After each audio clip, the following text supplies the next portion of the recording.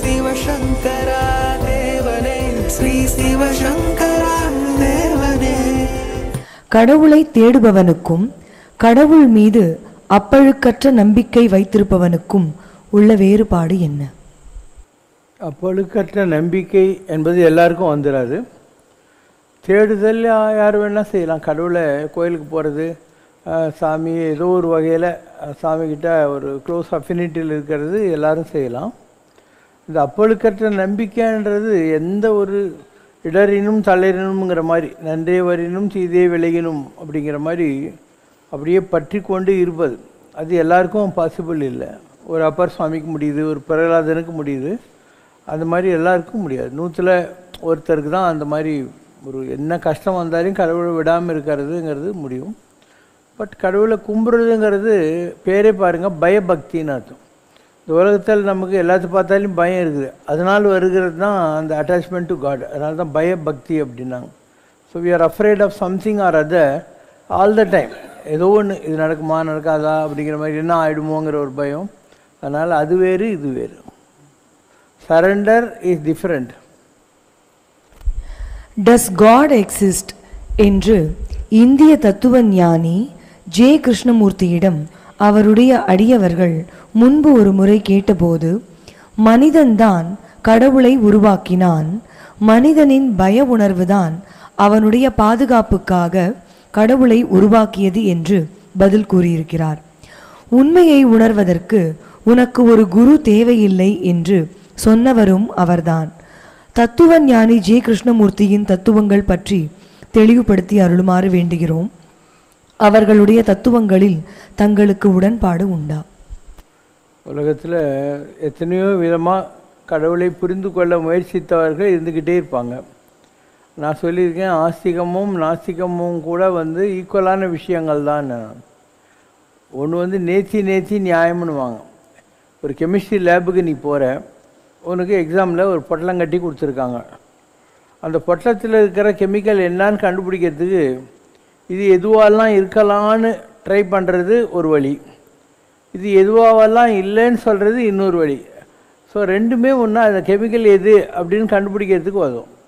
ஒரு மைல் கலரில் இல்லை அப்படின்னா காப்பர் சல்ஃபேட் கிடையாது. பஞ்சன் ஸ்மெல் இல்லை, ஒரு சிரிப்பு வரலன்னா நைட்ரஸ் ஆக்சைடு கிடையாது. இந்த மாதிரி கெமிஸ்ட்ரியில் ஒவ்வொன்றுத்துக்கும் ஒரு அளவுக்கோல்கள் இருக்கின்றன. பட் எது இல்லைன்னு போனாலையும் எது இருக்குதுன்னு போனாலையும் அவங்க அந்த மூலப்பொருளை கண்டுபிடிச்சிடுவாங்க.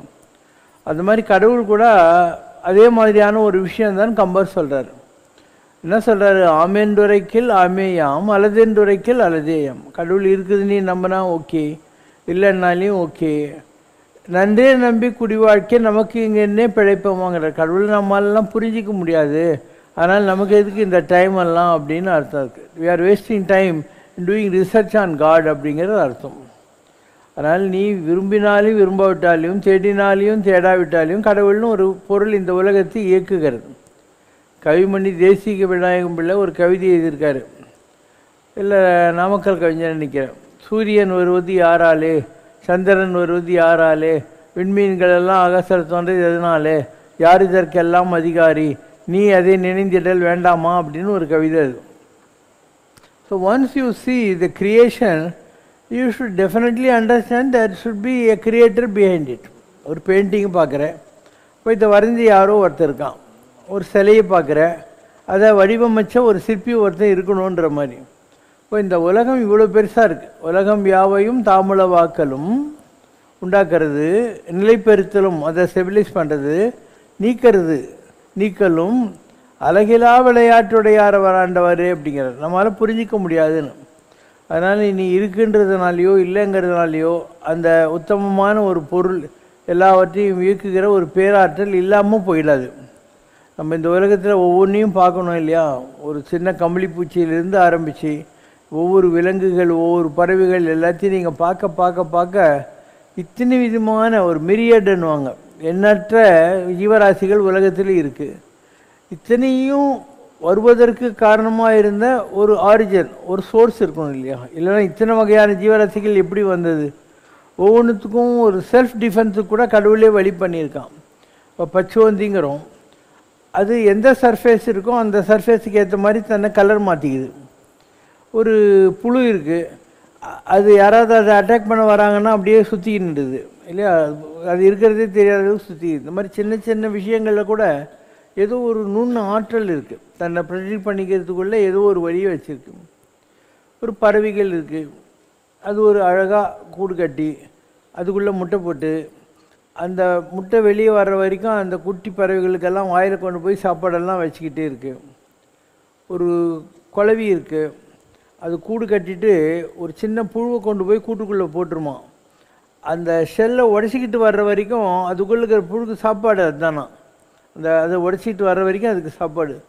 இதெல்லாம் யார் பண்ணியிருக்க முடியும்? ஏதோ ஒரு நம்பவே முடியாத ஒரு என்ஜினியரிங் டெக்னிக் இதுக்கு பின்னாலெலாம் இருக்குது. அதையெல்லாம் பார்க்கிற போது இதுக்கு பின்னால் யாரோ ஒருத்தர் இருக்கணும். அந்த யாரோ ஒருத்தரை நீ இயற்கைன்னு சொல்லு, இல்லை கடவுள்னு சொல்லு, ஆனால் அது இருக்கிறது உண்மை.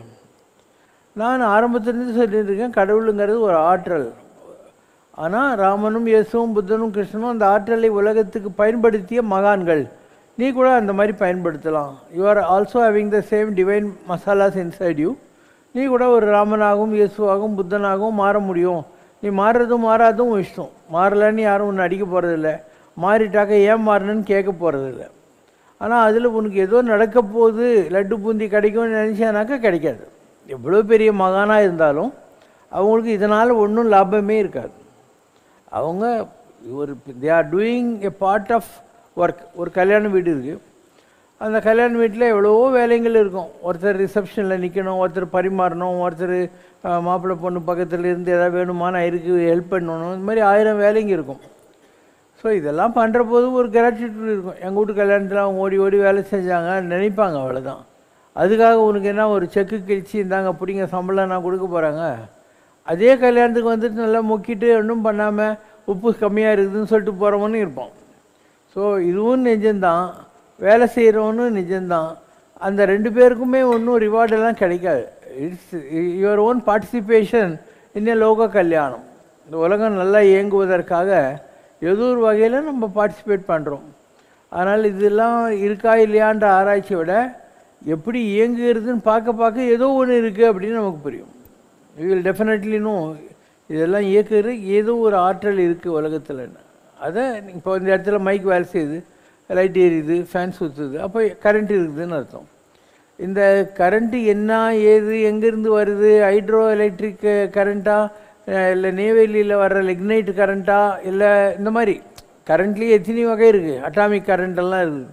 அது என்ன கரண்ட்டுன்றது முக்கியம் இல்லை, நமக்கு பல்ப் எரியுது ஃபேன் சுற்றுது, அதுக்கு ஒரு கனெக்ஷன் நம்மளுக்கு இருக்குது, இவ்வளோ தெரிஞ்சால் போகிறோம்.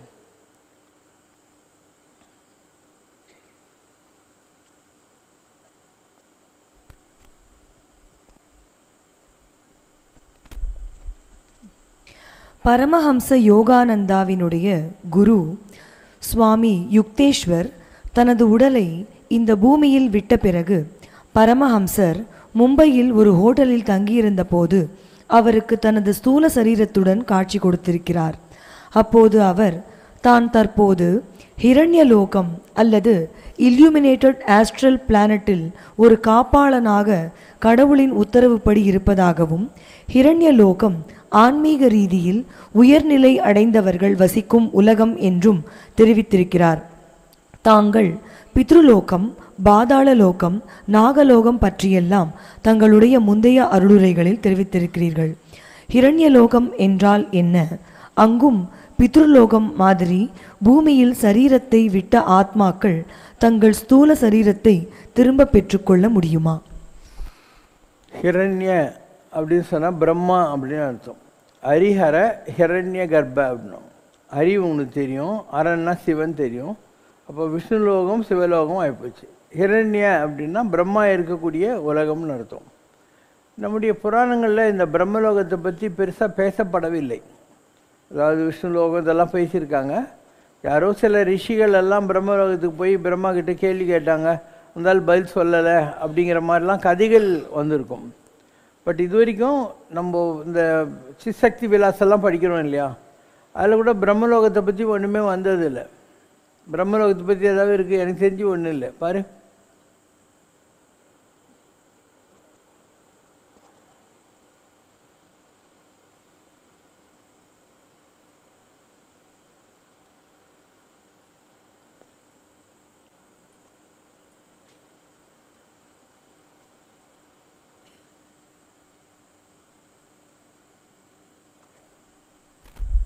இல்லை பாபா. இல்லை, நான் படிச்சிருக்கேன் அந்த புக்கை. ஸோ பிரம்மலோகத்தை பற்றி ஏன் வரல? இப்போ பிரம்மம்ன்றது என்ன? இந்த உலகத்தில் இருக்கிற எல்லா படைப்பும் சேர்ந்தது எதுவோ, தி என்டையர் கிரியேஷன் இஸ் பிரம்மம் இல்லையா? எல்லா உலகும் என் வசமாயின, எல்லா உயிரும் என் உயிராயின, எல்லாம் கடந்த என்னம்பலத்தீசர், எல்லாம் கடந்தும் என்னுள் இருந்தார். அதனால் நாம் தான் அந்த பிரம்ம தத்துவம்னு சொல்லக்கூடியது. தனியாக ஒரு பிரம்மலோகம் அந்த மாதிரி இருக்கிறதுக்கு வாய்ப்புகள் இல்லை. நான் சொல்லியிருக்கேன், ஒரு சாமியார் இருந்தார், அவர் 4 நாளைக்கு வெளியூர் போகிறேன்னாரு. அந்த சாமியாருடைய ஒய்ஃபு ப்ரெக்னென்ட்டு. அவர் சிஷ்யனை கேட்டில் நீ உட்கார வைன்னு போயிடுறாரு. அப்போ ஒரு ஆள் எழுத்தாணியோடு ஓடி வர்றான். யாருன்னா, நான் பிரம்மா, இந்த குழந்தையோட தலைவிதி எழுதுறதுக்காக வந்திருக்கேன் அப்படிங்கிறார். என்ன எழுத போகிறேன்? எனக்கே தெரியாது, நான் அந்த குழந்தையோட தலையை எழுத்தாணி வைப்பேன், அது எழுதும், அப்புறம் தான் எனக்கே தெரியும் அப்படின்னு. சரி, நீ எழுதிட்டு வந்து என்கிட்ட சொல்லுன்றாரு. வெளியே வந்தவுடனே அந்த சிஷ்யன்கிட்ட அவர் சொல்கிறார், இந்த குழந்தைக்கு 10 செங்கல் அளவு இடமும் ஒரு பசுமாடு கண்ணுக்குட்டிக்கும் பஞ்சமே இருக்காது அப்படின்னு.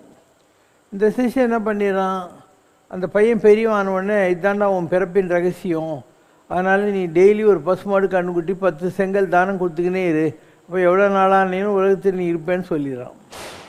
கொஞ்ச நாள் ஆகி போகுது. இந்த சிஷ்யன் காட்டில் போகிற போது ஒரு ஆள் லொங்குன்னு ஒரு பசுமாடு கண்ணுக்குட்டி பிடிச்சின்னு 10 செங்கலை தலைமையில் வச்சுன்னு வரான். இவனை பார்த்த உடனே, அட பாவி உருப்பிடுவியாடா அப்படிங்கிறாரு. யாருன்னா, நான் தான் பிரம்மா, உங்கள்கிட்ட இந்த பிரம்ம ரகசியத்தை சொன்ன பாவத்துக்கு நான் பாரு டெய்லி 10 செங்கல்லையும் பசுமாடு கண்ணுக்குட்டியும் தூக்கி நனைஞ்சுன்னு இருக்கேன் அப்படின்னாரு. அதனால் it is better that the secret of your birth is not disclosed. ஏன்னா உன் பிறப்பினுடைய ரகசியங்கள் தெரிஞ்சு போச்சுன்னா you will start planning for it. இப்போ நான் சொன்ன கதையில் வர மாதிரி எல்லோரும் பிளான் பண்ணிடுவாங்க. அப்புறம் யார் கர்மாவை அனுபவிக்கிறது எல்லாத்தையும் படித்தவன் தான் இந்த உலகத்தில் எழுதணும்.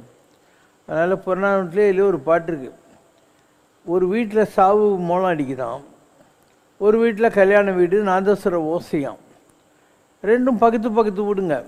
அப்போ அதை பார்த்துட்டு நம்முடைய புலவர் சொல்கிறார், படைத்தவன் மன்ற பண்பிலாளனுங்கிறார். இதையெல்லாம் படித்தவன் கொஞ்சம் கூட மூளை கட்டவன், இல்லைன்னா ஊரில் இந்த மாதிரி இன்னொரு வீட்டில் இந்த மாதிரி எல்லாம் நடக்குமா அப்படின்னு சொல்லிட்டு. அதனால் இந்த பிரம்ம தத்துவத்தை பற்றி நமக்கு வெளியிடப்படாத ரகசியம் இருந்தால் தான் இந்த உலகம் ஓடும். இப்போ ஒரு மாத்திரை இருக்குது, பாட்டில் இருக்குது, மருந்து மாட்டில், அது மேலே எக்ஸ்பைரி டேட் போட்டுறாங்க. அப்போ ஒவ்வொரு குழந்தையும் பிறக்கிற போது அதில் ஒரு முதிரை குத்தி அனுப்புகிறாங்கன்னு வையே, பர்த் டேட் சோன்ஸோ எக்ஸ்பைரி டேட் சோன்ஸோன்னு.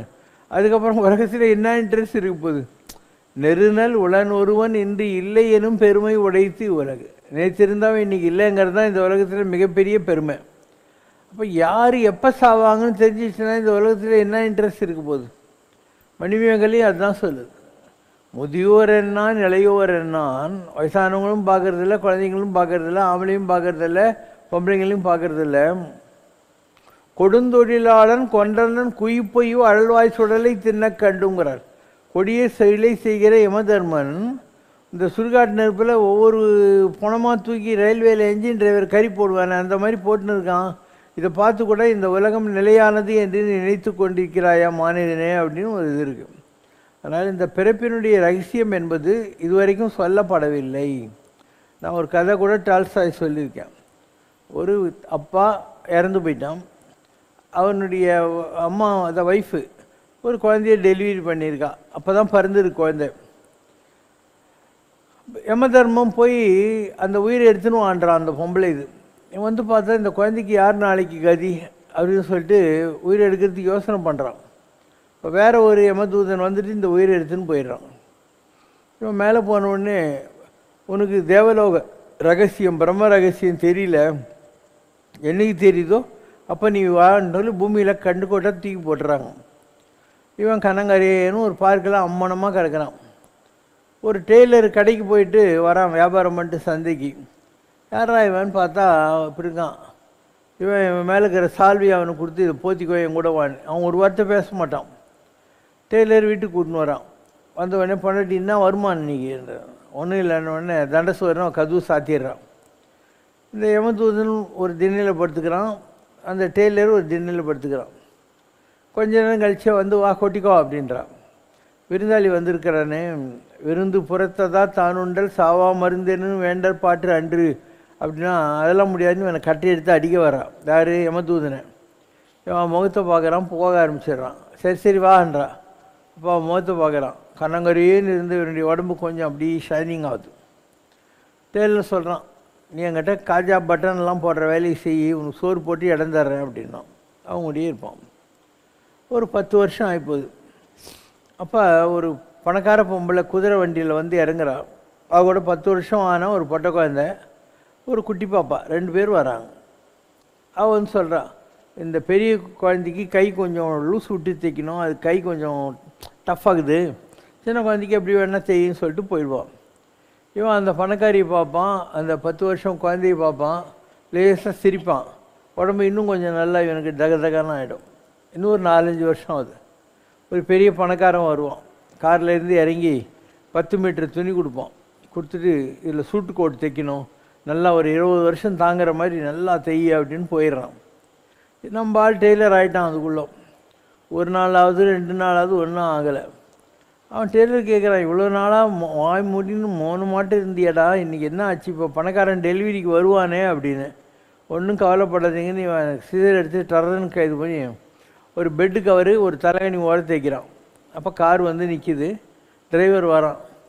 பாருங்கள், எங்கள் முதலாளி மண்டை போட்டார், அதனால் ட்ரெஸ் எல்லாம் தைக்க வேணாம் அவர் சுடுகாட்டுக்கு எடுத்துன்னு போகிற போது ஒரு தலைகாணி உரையும் ஒரு பெட்டு கவரும் தைச்சிருங்க. இதான ஒன்று என் உடம்பு அப்படியே டகதகான்னு கோல்ட் ஆகி போகுது. அப்படியே டாயின்னு மேலே போகிறான். அப்போ அந்த டெய்லர் கேட்குறான், நீ யாருப்பா? வாழ்க்கையில் 3 தடவை தான் சிரிச்ச, ஒவ்வொரு தடையும் உடம்பு அப்படியே கலர் ஆகிட்டு இப்போ மேலேயே போயின்னுக்கிற அப்படின்னா இவன் சொல்கிறான், நான் ஒரு யமதூதன், தேவலோக ரகசியம் தெரிஞ்சால் தான் நீ வரணும்னு சொன்னாங்க, அதனால் என்னை பூமியில் போட்டாங்க. உன் ஒய்ஃபு என்ன சோறில் போன்னு கட்டை எடுத்து அடிக்க வந்தா, அவன் முகத்தில் மூத்த தேவியை பார்த்தேன். சரி சரி வா கொட்டிக்கோன்னு கூப்பிட்டா, அப்போ ஸ்ரீதேவியை பார்த்தேன். அப்போ உலகத்தில் ஜனங்க படுற கஷ்டத்துக்கும் தர்தரத்துக்கும் அவங்க தான் காரணம். இது போய் அது வர்றதுக்கு, மூத்த தேவி போயிட்டு ஸ்ரீதேவி வர்றதுக்கு எண்ணம் தான் காரணம். நீ தான தர்மம் பண்ணியானாக்கா உங்கள்கிட்டையும் மகாலட்சுமி வாசம் வரும் அப்படின்னு புரிஞ்சுக்கிட்டேன். 10 வருஷம் கழித்து அந்த பணக்கார பொம்பளை கூட்டின்னு வந்தா இல்லையா, அந்த கையில் அந்த குழந்தை தான் இதுக்கு யார் வழின்னு சொல்லி நான் யோசனை பண்ணி உயிர் இருக்காது விட்ட குழந்தை.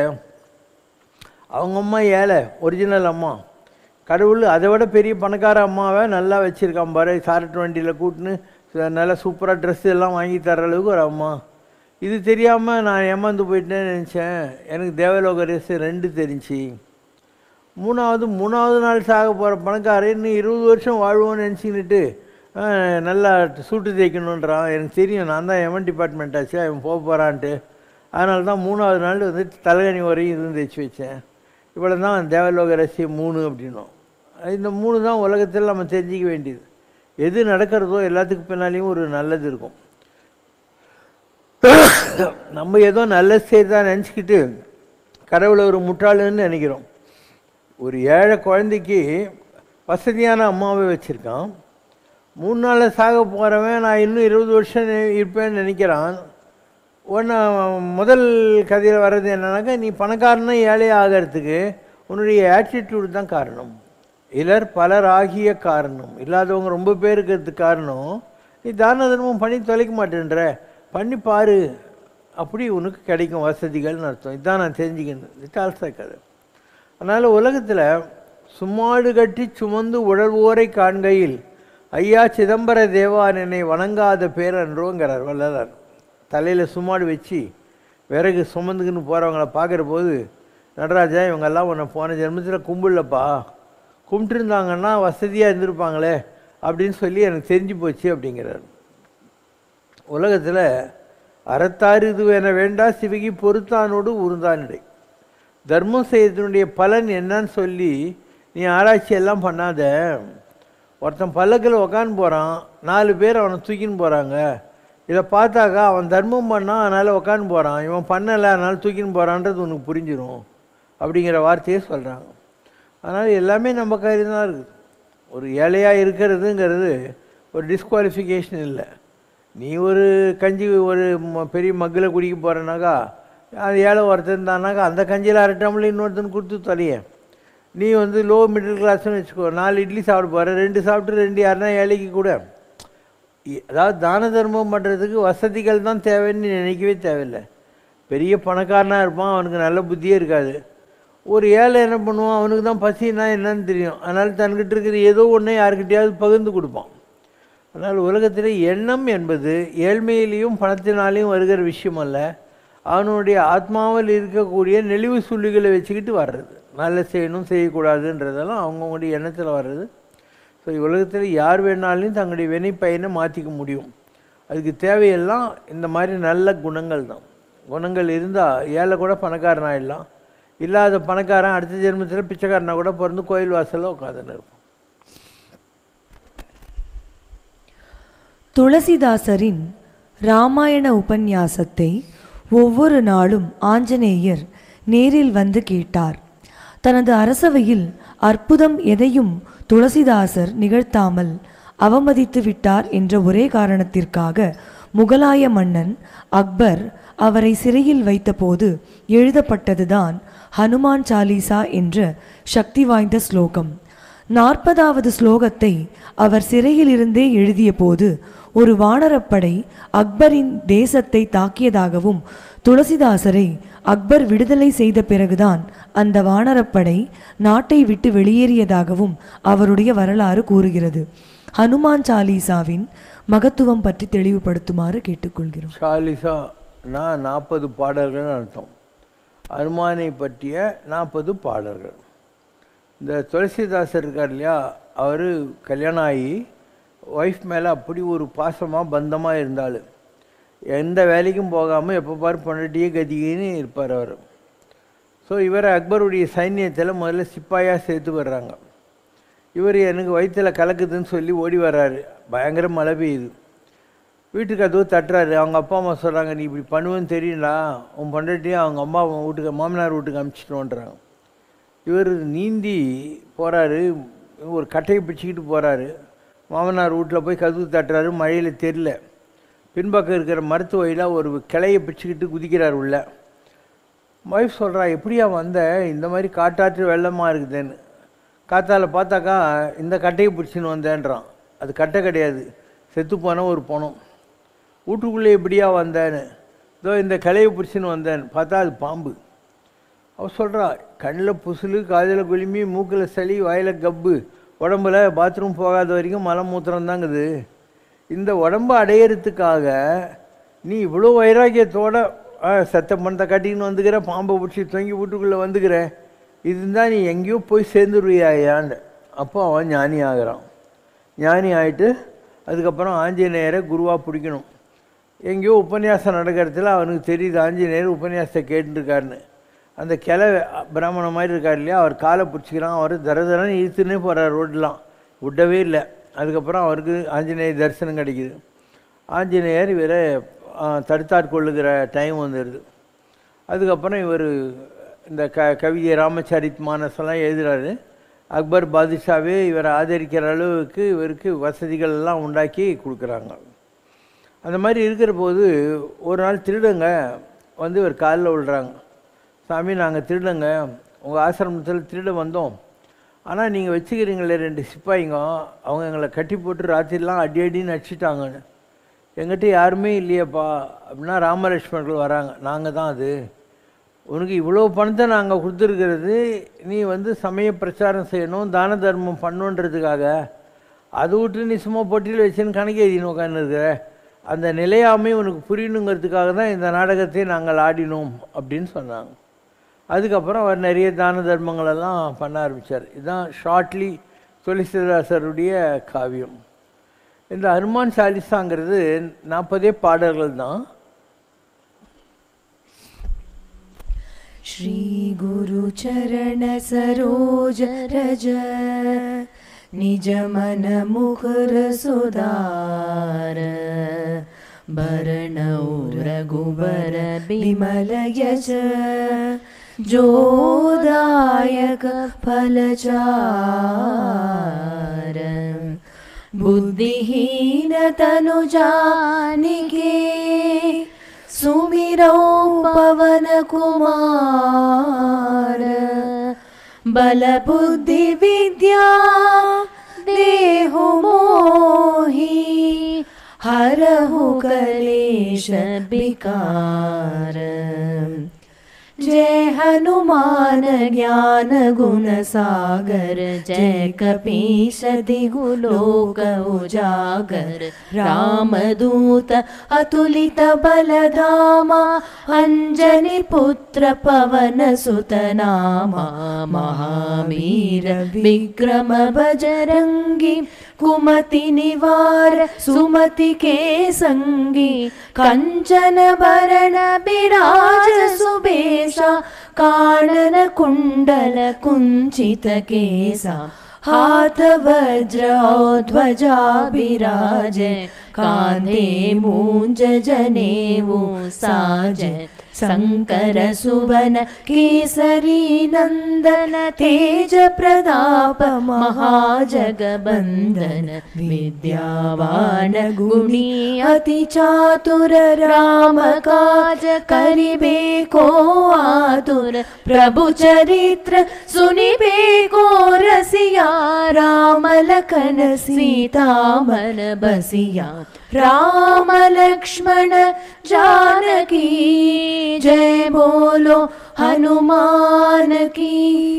ரொம்ப ஒரு பெரிய அளவுக்கு இதில் மீனிங் எல்லாம் இல்லை. சொன்னதெல்லாம் சாதாரண வரிகள். ராம லக்ஷ்மண ஜானகி, ஜெய் போலோ ஹனுமான் கி, இவ்வளோதானே. இதில் பெருசாக சொல்லிக்கிற மாதிரி ஒன்றும் இல்லை. ஆனால் அவருடைய அந்த ஆழ்ந்த ஃபீலிங்கோட பாடப்பட்ட பாடல்ன்றதுனால ஹிந்தியில் எழுதினார் இல்லையா. வால்மீகி எழுதுனது சமஸ்கிருதத்தில், அந்த ராமச்சரித் மானஸை அந்த கலக்குவல் இந்தியில் ஜனங்களுக்கு புரிகிற மாதிரி எழுதினது தான் அவருடைய சாதனை என்பது. இது மாதிரி நிறைய பேர் எழுதியிருக்காங்க. நம்ம ஊரில் கூட சொல்லியிருக்கேன் நான். அருணாச்சல கவிராயர்னு இருந்தார்.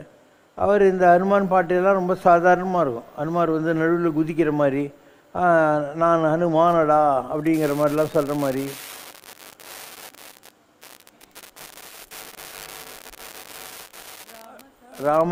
ராமசாமியின் தூதனடா நான் ராவணா என்றான். யார்? ஆஞ்சநேயர் சொல்கிறான். ராமசாமி இருக்கார்ல, நான் ராம கடவுள், அவருடைய தூதனடா நான், ராமசாமியின் தூதனடா நான் ராவணா என்றான். ஹனுமானடா என்ன இது? அடடா ராவணா, என் பேர் ஹனுமானடர். இதெல்லாம் ராமநாடக கீர்த்தனைன்னு அந்த காலத்தில் ஜனங்களுக்கு புரியறதுக்காக எழுதப்பட்ட பாடல்கள்.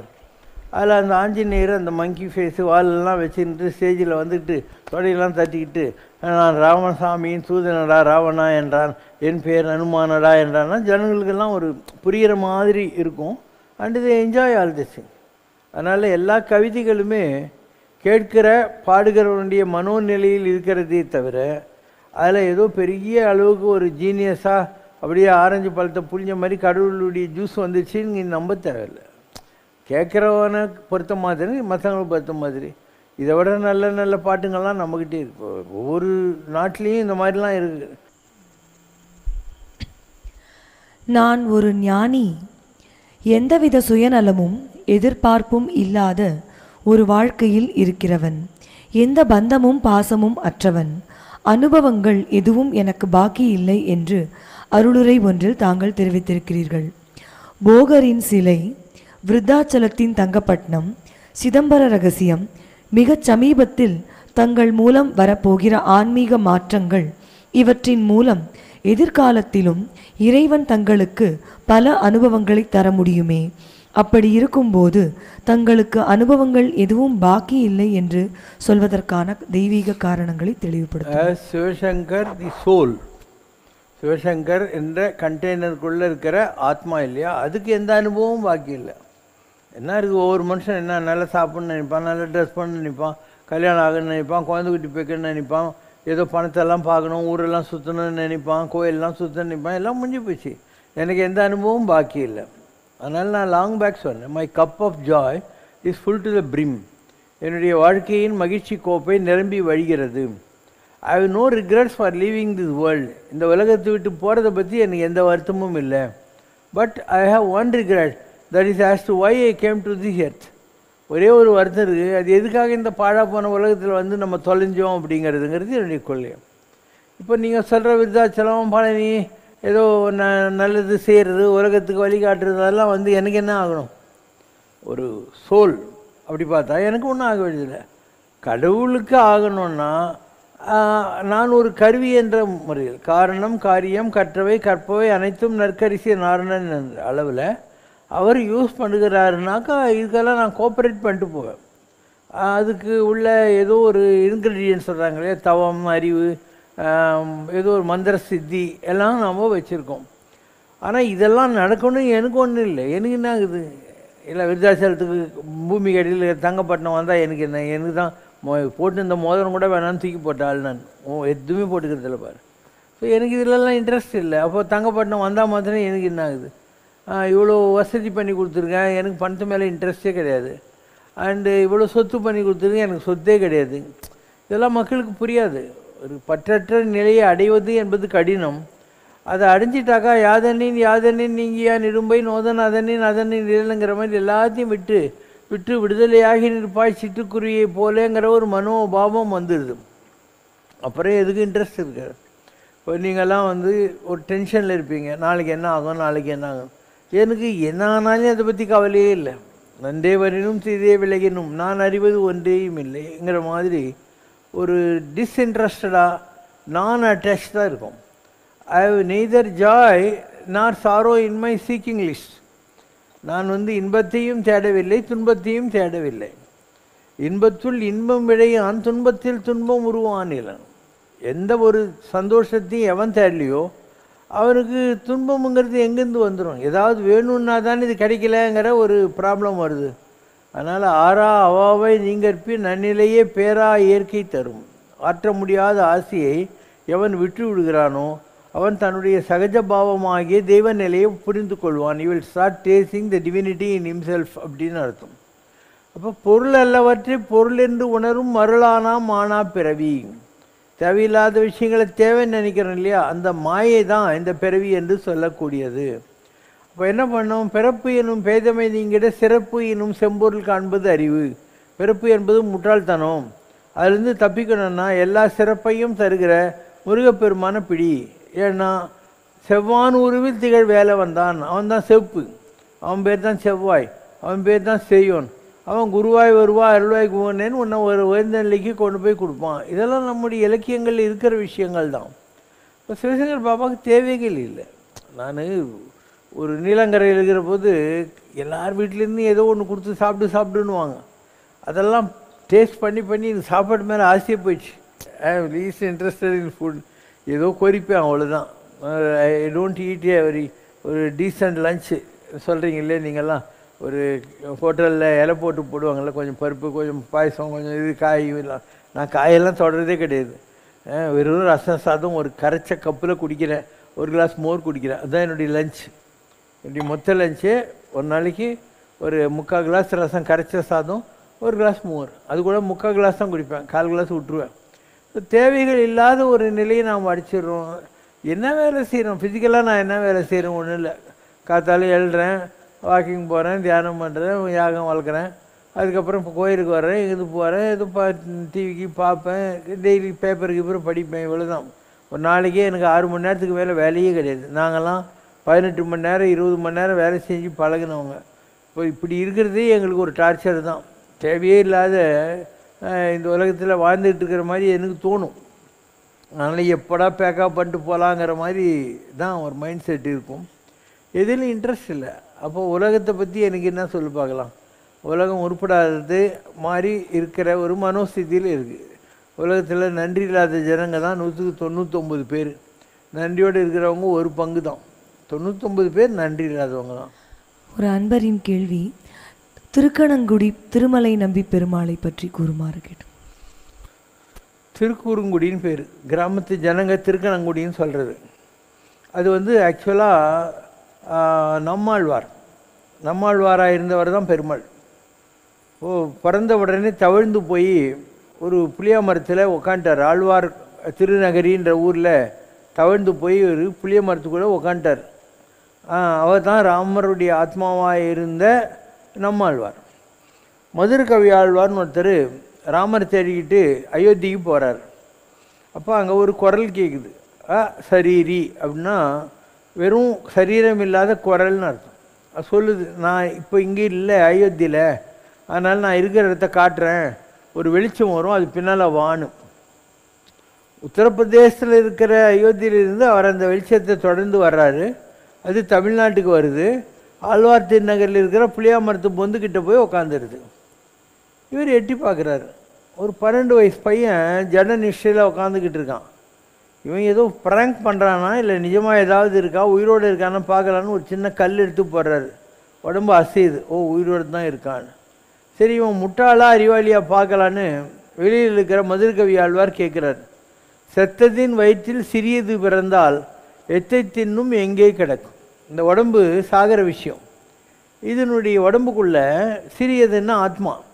அது பிறந்தால் அந்த ஆத்மா நுண்ணுயிர், இவ்வளோ பெரிய உடம்பு இல்லையா, அதுக்குள்ளே போனால் எதை சாப்பிடும், எங்கே கிடக்கும், உள்ளேருந்து வருது, அத்தை தின்னும் அங்கே கிடக்கும். இப்போ உடம்புல இந்த உடம்பை சாப்பிடுது. அதனால தான் நீ சின்ன குழந்தையாக இருக்கும்போது பால்வடி மோகம், வயசு ஆக ஆக நிறை திரை எல்லாம் வந்து அந்த உடம்பை சாப்பிடுது. அந்த உள்ளகிறது கரையான் அடிக்கிற மாதிரி அது அத்தை தின்னும், அந்த உடம்பை சாப்பிடும், அங்கேயே கிடக்கும், அந்த உடம்புலேயே கிடக்கணும் பதில் வருது. அவர் தான் நம்மாழ்வார். ஸோ அந்த நம்மாழ்வார் தான் உன்னுடைய நம்பி மலையில் இருக்கக்கூடிய பெருமாள். அந்த இடத்துல இருக்கக்கூடிய பெருமாளே நம்மாழ்வார் தான். அப்போ ராமர் யார்? நம்மாழ்வார். நம்மாழ்வாரனுடைய ஸ்பிரிட்டு தான் அந்த மலை மேலே இருக்கக்கூடிய மலை நம்பி கோயிலில் இருக்கிறது. உவே சாமிநாதையரும் கீவா ஜெகநாதனும் அந்த காலத்தில் மாட்டு வண்டி கட்டின்னு ஊர் ஊராக போய் இந்த ஓலை சுவடிகள் எல்லாம் வந்து சேகரிக்கிறாங்க. அப்போ அவங்களுக்கு எங்கேயும் கிடைக்கலன்னு சொல்லி அவங்க திருக்குறுங்குடிக்கு போகிறாங்க. திருக்குறுங்குடியில் அவங்க ஒரு வீட்டில் இந்த தினம் மேலே உட்காந்துருக்காங்க. இப்போ பெருமாளை பல்லக்கில் தூக்கின்னு போகிற போது இவங்க வேண்டிக்கிறாங்க, உன்னை நம்பி வந்துட்டோம், நீங்கள் எங்களுக்கு இந்த ஓலை கிடைக்கிற மாதிரி பண்ணுங்கள், நாங்கள் வைணவத்தில் இருக்கிற 4000 சிவபுரத்தில் இவ்வளோ சாப்டர் எங்களுக்கு இன்னும் கிடைக்கணும் அப்படின்னு சொல்லிட்டு. அதான உடனே ஒரு ஆள் வர்றார். இங்கே ஒருத்தர் வீட்டில் நிறைய செல்லரிச்சு போன ஓலையெல்லாம் இருக்குது, நீங்கள் வேணால் பாருங்கன்னு. பார்த்தா இவங்க எதை தேடுறாங்களோ அதே தான்.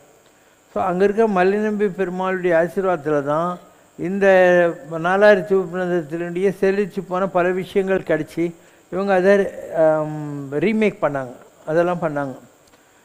கூவி அழைத்தால் குரல் கொடுப்பான்,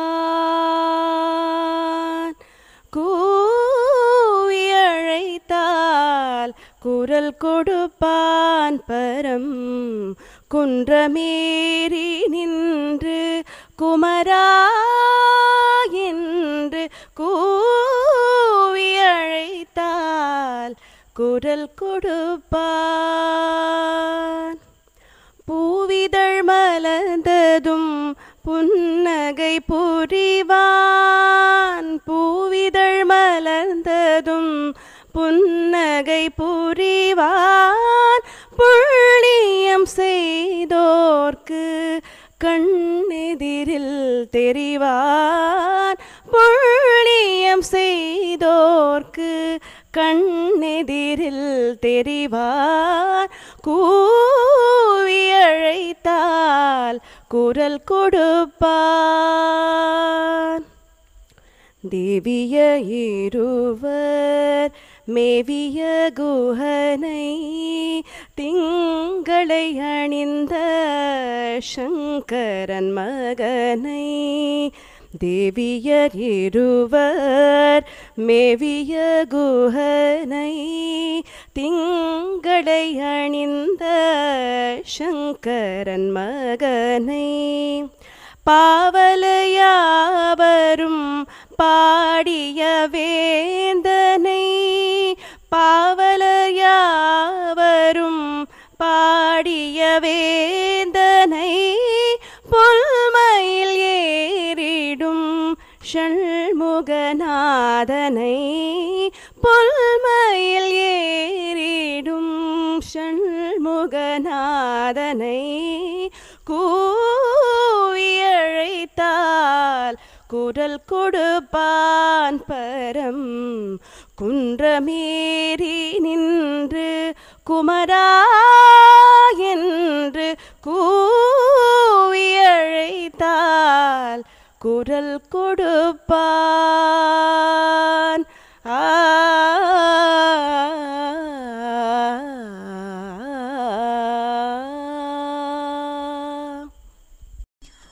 जय शिव शंकर रे स्वामी जगत परिपालकरे आदि शंकर अवतारा अनाथ रक्षकरे ओम जय शिव शंकर रे அன்னையும் தந்தையும் நீரென்றறிந்தும் அன்பில் நனைகின்றோம் சுவாமி அன்பில் நனைகின்றோம் ஆசானும் இறையாகிய தேவா நின்னடி பணிகின்றோம் ஓம் ஜெய சிவசங்கரரே ஆனந்த சாகரம் தனிலம்மையாழ்த்தும் அற்புதாருள் ஜோதி சுவாமி அற்புதாருள் ஜோதி ஆரத்தி செய்து பாடி மகிழ்ந்தோம் அருள்வாய் பரஞ்சோதி ஓம் ஜெய சிவசங்கரரே நாராயண நாராயண ஓம் சத்யநாராயண நாராயண நாராயண ஓம் நாராயண நாராயண ஓம் சத்யநாராயண நாராயண ஓம் சத்யநாராயண நாராயண ஓம் ஓம் ஜெய சிவசங்கரரே குறை ஒன்றுமில்லை மறைமூர்த்தி கண்ணா குறை ஒன்றும் இல்லை கண்ணா குறை ஒன்றுமில்லை கோவிந்தா